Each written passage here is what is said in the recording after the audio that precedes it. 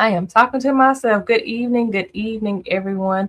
I want to welcome you into another Wellness Work Wednesday, the Language Traps with J.Lee, who is me.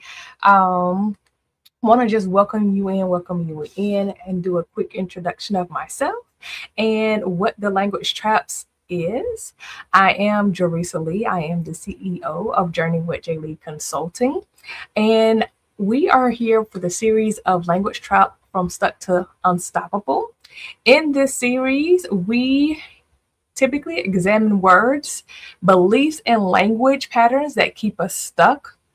And then we try to replace them with language that move us towards healing growth and freedom. So again, just kind of want to welcome you guys in. Today's topic is guilt and shame. So as you guys are coming in, if you can please let me know what is your relationship with guilt and shame. I'm going to give a few more minutes just to see if anybody else pops in. And if not, we will get started. Again, we are talking about guilt and shame. As you come in, please let us know what your relationship with guilt and shame is. And I see a few people dropping in. Hello, Apostle Mom. Hello, Latanya. Tea time. Welcome in, welcome in, welcome in.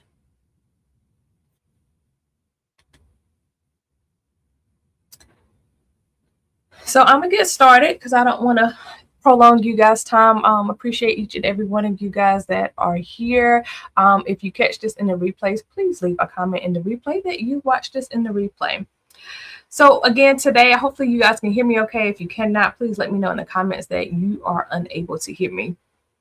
But today we're going to be talking about guilt and shame.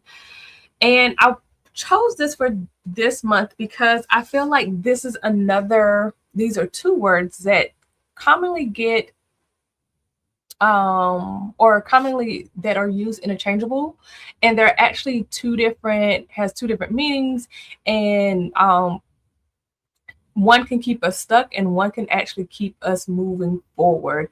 So typically in our everyday conversations, growing up or even as an adult, we may have heard, "Girl, I feel so guilty."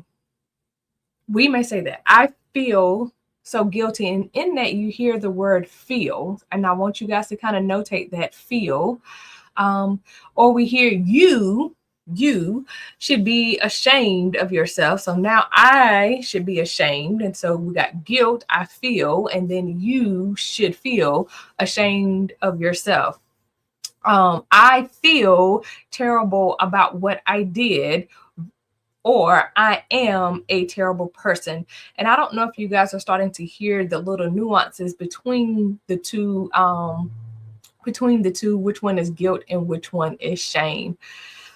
So here's the question. How do we start understanding the difference and utilizing these words in a more accurate way, and understanding and making sure that we're not allowing our word choice to keep us stuck? All right.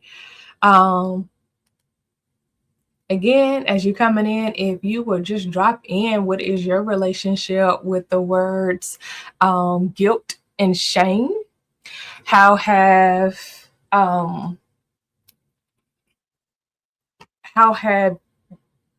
it been used towards you? How have you used it towards yourself, or how have you used it towards other people? So here's the thing. One is saying I did something wrong, and the other one is saying there is something wrong with me. So guilt is a feeling. And if you watch my live on feelings, or the Language Traps from Stuck to Unstoppable feelings, you heard me say that feelings are snitches, right? It means that they're just trying to tell us something that's going on within our body. And so guilt is another emotion. And so it's just saying something's off. And we're going to kind of get into that in a little bit. But Guilt is I did something wrong versus shame. We then start internalizing it and believe that there is something wrong with us fundamentally, right? So although it sounds the same, they mean very different things, and they can also unintentionally impact us very differently in our mind, right? If we keep telling ourselves that I'm a horrible person, no one loves me, I am unliked, versus I did something bad, this particular person does not like me, those are two different things or have two different impacts on our psyche. I hope all this is making sense. So we're going to unpack guilt and shame, what they actually are, and how society has taught us to confuse the two, how guilt and shame show up in our everyday life, how shame keeps us stuck. And I don't know if you guys heard it, because now we're internalizing it. We're saying it's something fundamentally wrong with us, and how we're going to reframe how we talk to ourselves, how we can show grace, and we can move from a condemnation place towards accountability, healing, and growth. So if you haven't already, please grab your journals, grab your favorite drink. Most of you guys, if you're attending, you're probably on your lunch break. So we're going to get started. So let's start with how we've been taught about these two phrases. I want you to think about what you heard growing up. And that's what I was asking you guys to kind of put it in the comments. What is your relationship with guilt and shame, and how it has, what the impact has been on you? So when we made a mistake, somebody might have said, you should be ashamed of yourself. You should be ashamed of yourself. What's wrong with you? I can't believe you did that. You know better. After everything that I've done for you, or you ought to feel bad. I hear all of those as attacks. I hear all of those attack on my personality, on who I am, and my character. I don't know if anyone else is receiving those words like that, but that's how I hear those words. Now, we want to make sure that we are teaching our kids and that we are actually being accountable. But does that accomplish that? Those words, you should be ashamed, you ought to feel bad, you should know better, does that teach accountability? I don't hear it. We do need to be able to recognize when we have hurt someone, right? We need to be able to admit when we made a mistake, because that's part of kind of what's, I'm gonna hold that. We need to be able to take accountability for our actions. We need to be able to own up when we've made a mistake. We need to be able to apologize, because sometimes people just need to hear, I'm sorry, right? But most importantly, we need to be able to repair. To me, the words "what's wrong with you" doesn't offer an opportunity to repair what has happened. It's now turned on me of what's wrong with you. And so now, a lot of people, what is wrong with me? Or we become defensive and it's like, nothing's wrong with me, you got to deal with it. But it takes away that ability to repair what is going on.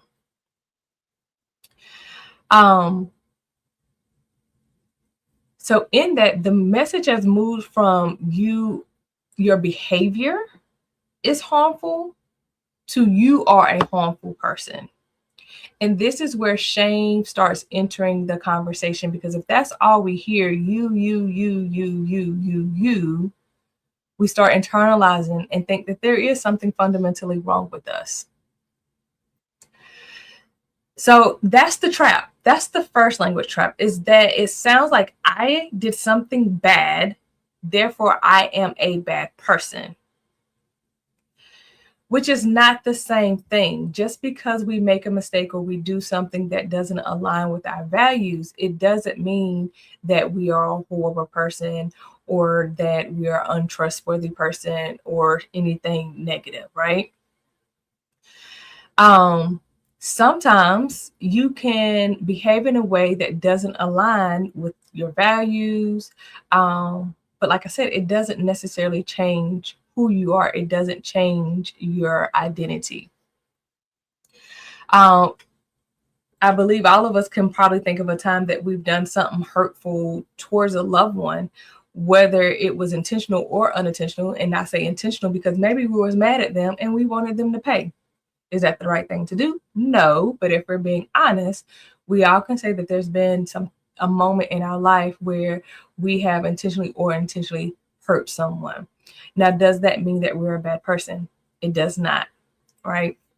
But if we sit in that and we start learning and thinking that we are a bad person, now we're stuck, because anything that we do, we're looking from it and perceiving it from a lens of, I'm a bad person. Something happens to you, oh, it happened because I'm a bad person. Nothing ever good happens to me or for me. Everyone's out to get me, right? It can absolutely start keeping us stuck. Okay. Um, let's see. My apologies.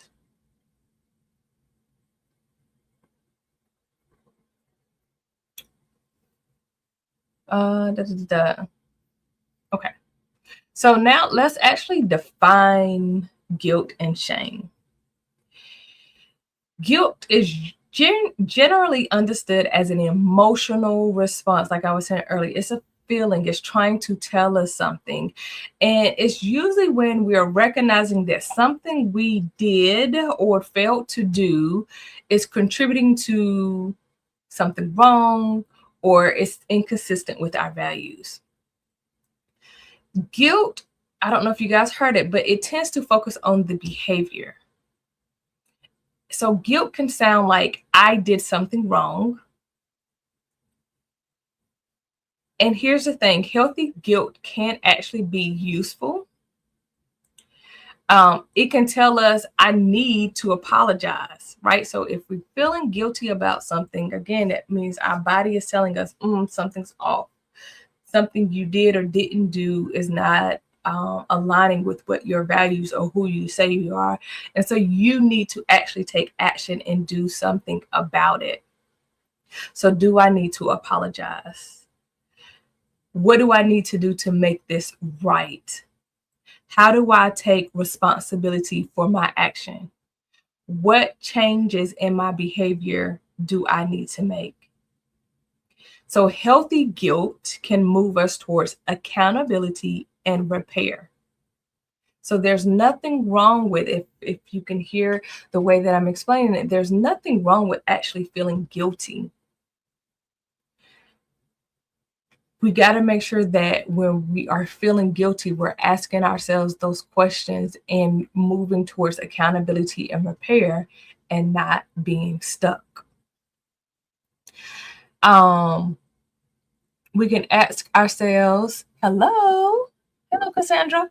We can ask ourselves, what did I do? Right? If I'm trying to take accountability, I got to ask, well, what did I even do? Because maybe we don't even recognize what we did. We can ask ourselves, well, who was affected? Who did we hurt? Who was impacted? And in it, what responsibility do I have? Because also sometimes, and we'll kind of get into this with shame, sometimes we take accountability and responsibility for things that are actually not ours to take accountability for. We can ask ourselves, what can I do differently? Right? That's part of accountability. If my action caused this and that wasn't my intent, how do I show up differently? These are all productive conversations and making sure that we don't stay stuck, but we repair whatever we have hindered, hurt, or broke, right? Now, what is shame? Shame moves the conversation from a behavior something that I did to this is my identity. Shame says, instead of saying I did something wrong, shame says I am wrong. The language changes from I made a mistake, which is guilt, to I am a mistake, which is shame. Shame says I hurt everyone. And because I hurt everyone, I am a terrible person. Shame never means that things will never change. This is just what it is. I'm just a horrible person. I'm not good. Nobody likes me. It's this catastrophizing of the situation or who we are into a space of being stuck, right? Because if we feel like everybody is against us, then we start thinking, well, what's the point? Nobody likes me anyway. I'm going to mess up anyway. It's going to be a problem anyway, right? And so then we just become stuck and we are no longer moving. So I want to provide a definition that I feel like hits right on point in explaining shame. It's Brené Brown's definition. She's a researcher, but she describes it as an intensely painful experience of believing, so it's a thought, right, that we are flawed and therefore unworthy of love and belonging. It's just a thought, right? And it's an intense thought. It's a painful thought because it hurts us, right? That because I am flawed. So no longer did I do a behavior, but I am a flawed individual. And because I'm a flawed individual, therefore I'm unworthy of love and belonging. It makes sense I have no friends. Why would anybody love me? Why would anybody want to be around me? I'm a flawed individual. I can do nothing right. I'm always hurting people. So again, that unworthy piece, the loving and belonging piece to me are very instrumental in explaining or defining what shame is for us, okay? So shame makes us question whether we deserve to belong because of what happened. It makes us question who we are. And when we start questioning who we all know that we become stuck, but it also becomes very destructive, right? So now let's look at what happens when shame takes over. When we are feeling shameful, and if anybody can agree to this, let me know in the comments. Shame can make us hide. Shame can make us avoid difficult conversations. Shame can make us over apologize. Shame can make us people please. Shame can make us afraid to try again. Shame can make us believe that if people really knew us, then they wouldn't love us. And sometimes shame doesn't look like crying in the corner. Sometimes it can look like I don't care as a protective measure, right? Sometimes it can show up in anger, defensiveness, trying to be perfect, trying to overachieve, constantly looking for and needing validation. Sometimes it looks like refusing to admit that we made a mistake because admitting the mistake feels like admitting that we are fundamentally flawed. So has shame showed up in any of those ways for you guys? Let's talk about the shame cycle versus the guilt cycle. The shame cycle is there's a mistake. We feel shame or we experience shame. We then start to hide. We then start to try to avoid, right? Because it's uncomfortable. And there's lots of thoughts that's going on in our mind, that's reiterating that we're unworthy. And then there's no repair. And because there's no repair, then we're feeling even more ashamed, right? And so now that dialogue becomes reinforcing of mistake, shame, hiding, avoidance, no repair, more shame. Shame, hiding, avoidance, no repair, more shame. It just becomes a cycle and a cycle with each interaction, with each incident that may happen. So the situation never becomes healed. We never have a different understanding. And that's how we start interacting in the world, right? And so then we start shrinking because now we're shameful. And now we feel even worse. And now we have low self-esteem. Now we're questioning our worthiness. And again, this cycle continues on and on and on and on and on and on until there's something new. Or there's some acknowledgement that, wait a minute, this is not working. Now, whereas the guilt cycle, there's still a mistake. So we're not saying that there's not a mistake. So there's still a mistake. But this time we feel guilty. And in our guiltiness, we go ask those questions that we talked about, right? And so now we're taking accountability for the mistake that we made. And in us taking accountability, now we're trying to figure out how to repair. So now there's this repairing. And then we're learning growth, right? We're learning what to do differently.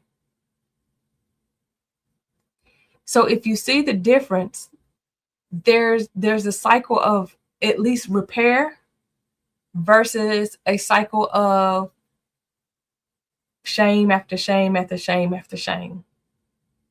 So healthy guilt can move us forward. So there's nothing wrong about feeling guilty about something we did. When we have that feeling of guilt, then we need to ask ourselves those questions. And I'm going to keep reiterating it, right? Because a lot of people get stuck, but I just feel so guilty.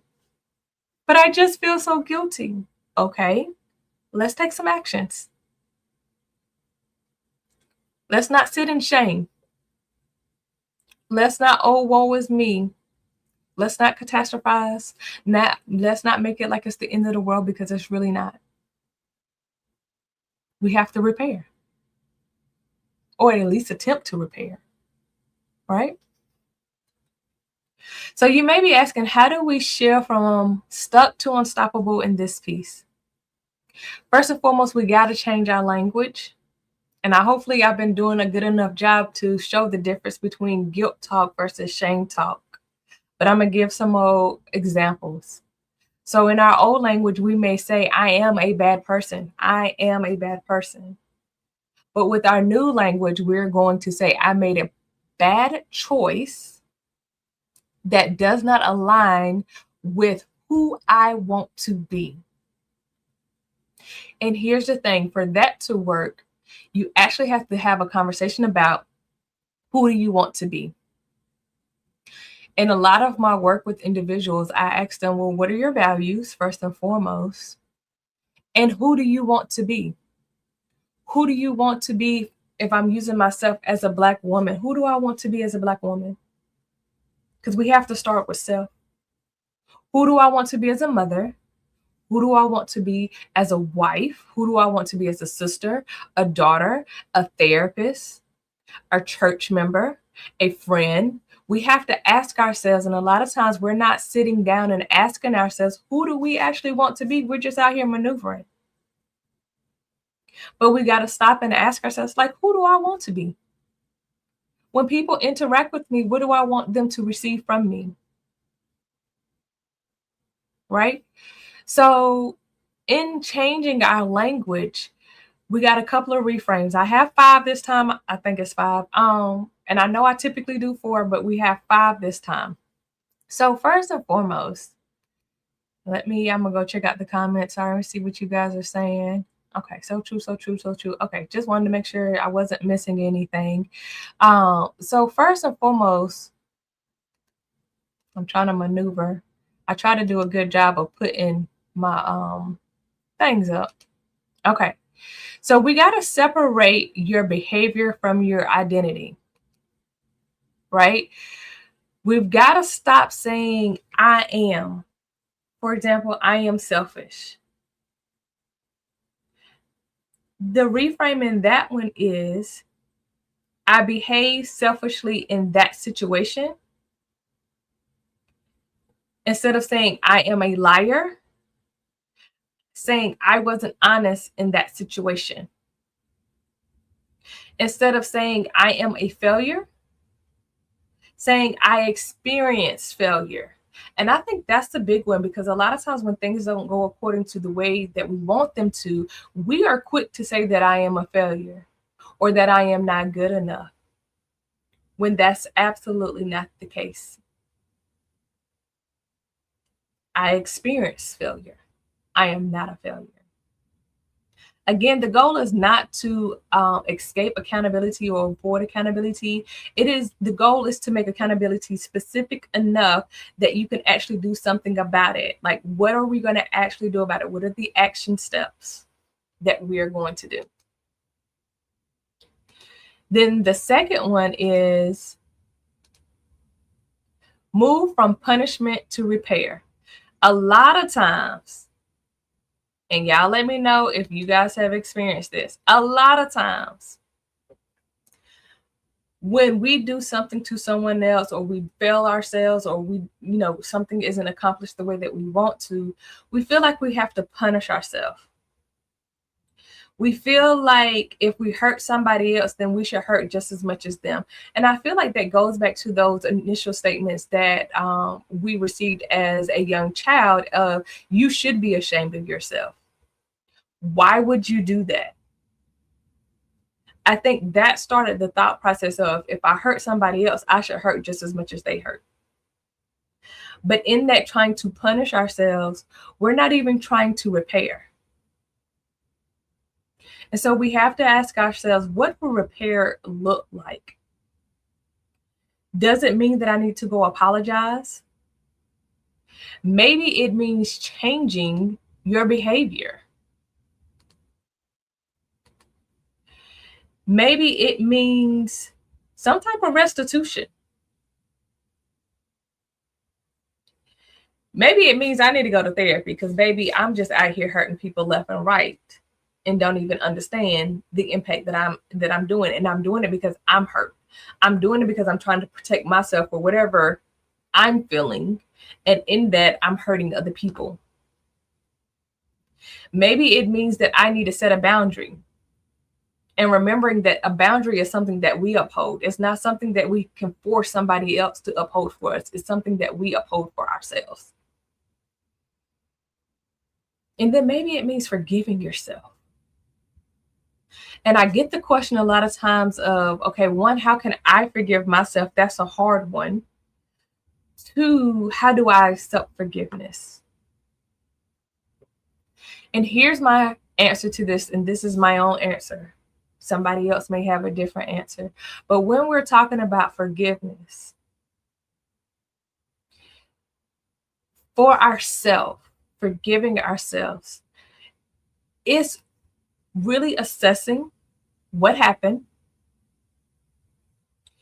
assessing the information that we had at that time, assessing the feelings that we were having at that time,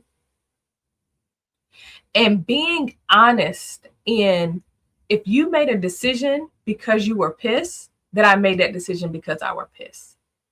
If you made that decision because you didn't have all the information, being honest with yourself that I made that decision because I didn't have additional information.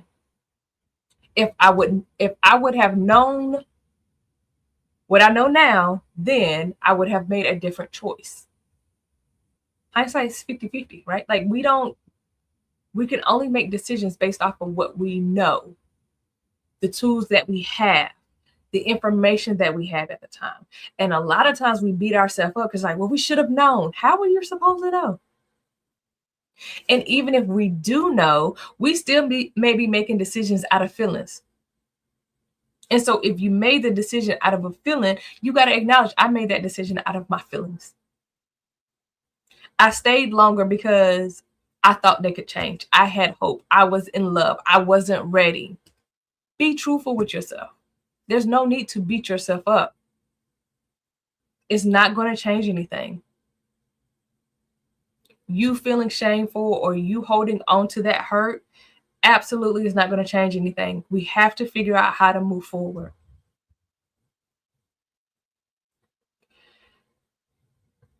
It also may mean when we're shifting, right, when we're talking about repair, that somebody may not forgive you. Or even if they do forgive you, you may not have that same access anymore. You may have violated something in them that they're like, no, I'm not. I hear you. I actually receive your apology, but I can no longer give you access to me. And we got to be okay with that, because guess what? There's going to be a time that someone may violate you in a way that you need to cut their access off to you. And you got to be able to cut that access off without feeling guilt or shame for upholding a boundary for yourself. So we want others to respect our boundaries, but we got to be able to respect other people's boundaries, but we also got to respect our own boundaries. All right. Our third reframe.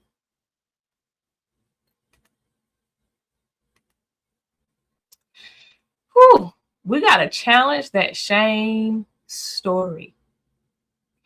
And again, to me, that goes back to asking yourself some questions,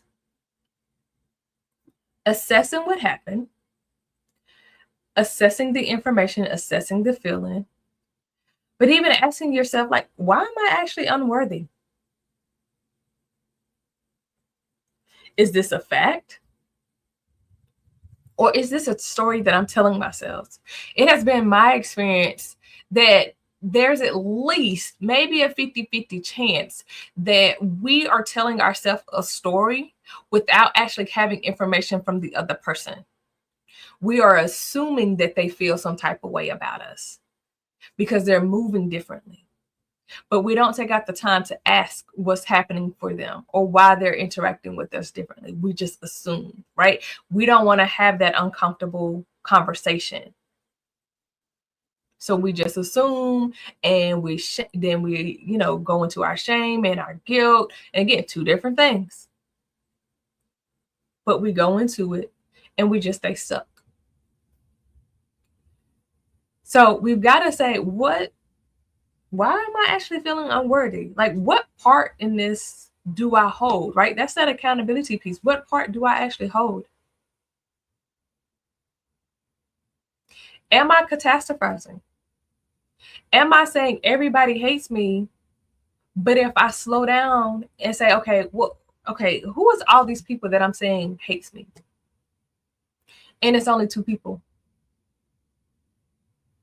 But then you can name 10 other people who is pouring into you, who is showing up to you.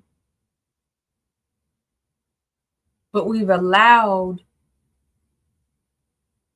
these interactions with these 2 people to overshadow our interactions in our relationship with these other people, which is far greater.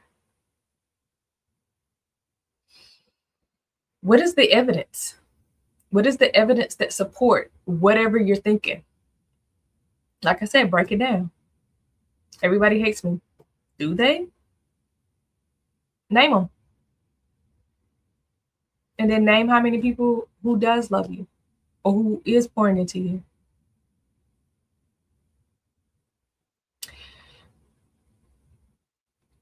And so we got to look at, are you defining your entire identity by one experience? Nobody likes me because of one person. And my sidebar soapbox on that is that when we meet people, 1 of 3 things are going to happen. They're coming into that meeting already have made up their mind that they're not going to like you. They're coming into their interaction saying that they like you because of things that they have heard, and it may be a positive. Or they're coming into their interaction with, let me find out. But the ones that are coming into that room with, I don't like her, there's absolutely nothing you can do or say that's going to change their perspective on you. And we spend a lot of time trying to get people to see us, to change how they think about us or their perspective on us. When in actuality, if that's what they believe, that's what they believe, and it's not going to change. And so part of this is releasing that responsibility that I need people to like me. I need people to understand me, because the people that want to understand you will absolutely understand you, will absolutely give you a chance to have a conversation to gain understanding. Right? And I'm going to just go to the comments just because I see something high. I'm overcoming guilt and shame. Gotcha. Thank you. All right. So our fourth one, and this is something else some of us struggle with.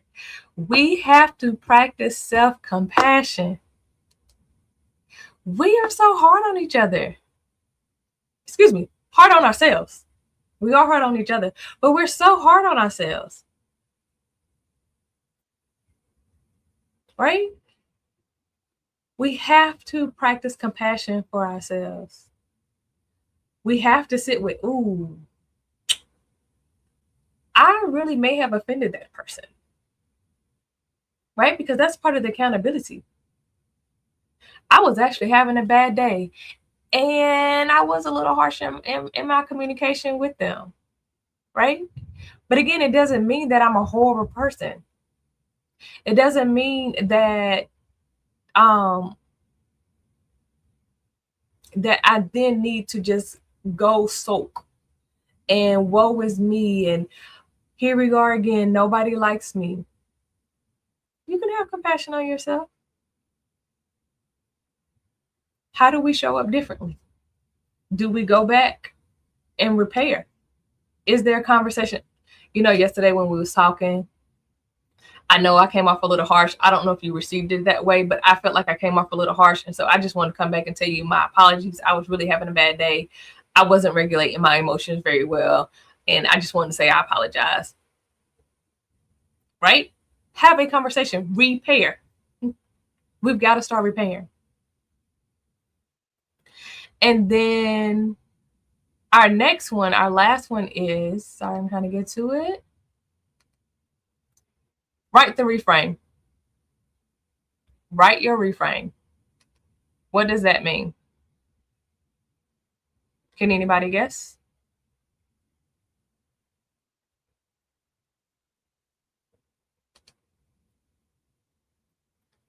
So when we say write the reframe, it could be, I am not whatever we have labeled ourselves, but I am a person who. So I am not, I am a person who. For example, I am not a failure. I am a person who experienced failure and learned from it. I love the learn from it. We may say the reframe is I am not worthy. I'm a person who made a choice I regret. I am broken. I'm a person who is healing. So if we do the I am not broken. I am a person who is healing. I did that wrong. Those last two wrong. So I am not unworthy. I am a person who made a choice I regret. I am not unworthy, right? So I am worthy. I am somebody. Okay. Any questions about any of what we talked about? Any responses? Any feedback about any of this so far? Give a few moments to see if you guys have anything. So as you guys were coming in, I asked you guys to talk or think about if you have been carrying any guilt or shame. And if you have, I want you to name it.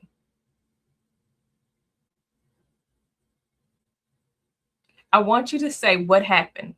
What happened was. And in this, I want you to make sure that we're keeping it factual, right? Like not adding in the extras, or I felt like they meant, it appeared that. What's the facts? And then we're going to identify the emotion, right? And if you notice, this actually resembles my mind unraveled. What happened? What's the emotion? I experienced guilt, shame, or both. And then we talked about the difference, right? Can you identify what part of it is feeling like guilt and what part of it is feeling like shame? What's your responsibility?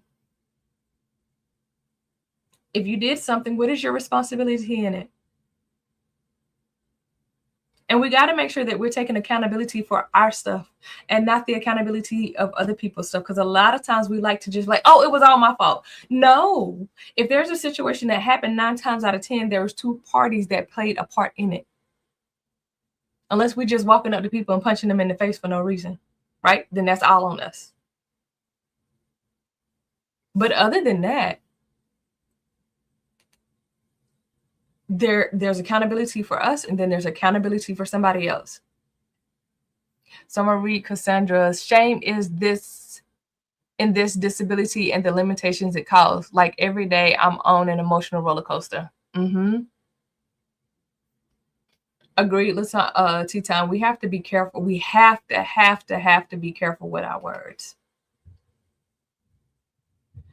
So we've taken a responsibility, right? And now we got to make sure, what's the repair? Is there something I can do to repair the harm? If yes, what's the next steps?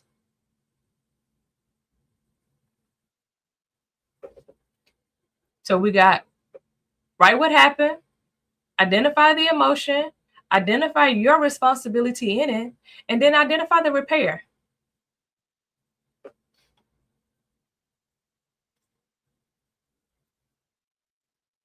We've got to be able to start doing this. And I see we got like 12 minutes left. So the last thing I kind of want to tie this in all together. Guilt and shame. Guilt and shame reminds me of 2 other words. Guilt and shame reminds me of conviction versus condemnation. Shame reminds me of condemnation. Make sure I said that right. And guilt reminds me of conviction. When we are convicted of something, it means that we know something is out of alignment and we are going to do something about it. So conviction, we're ready to repair. We're ready to do something about it. We're ready to change whatever we have been convicted of. Whereas shame and condemnation, to me, keeps people stuck.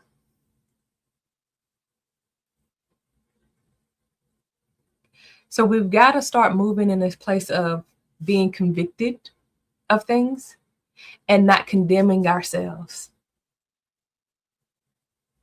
We have to release the condemnation. We have to release the shame. In Romans 8:1, it reminds the believers that there is therefore now no condemnation for those who are in Christ Jesus. So if we're in Christ Jesus, why do we keep condemning ourselves?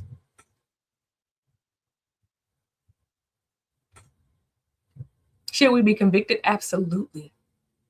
But again, conviction means change. It means responsibility. It means repair. So if you're feeling some type of way, if you're feeling that guilt, your body is trying to tell you, your mind is trying to tell you, we need to do something different. What we did is no longer aligning with where we're trying to go. It is no longer fruitful. It is no longer helpful. So there's no need to be ashamed and staying stuck. Let's repair. Let's take responsibility. Let's come up with a plan.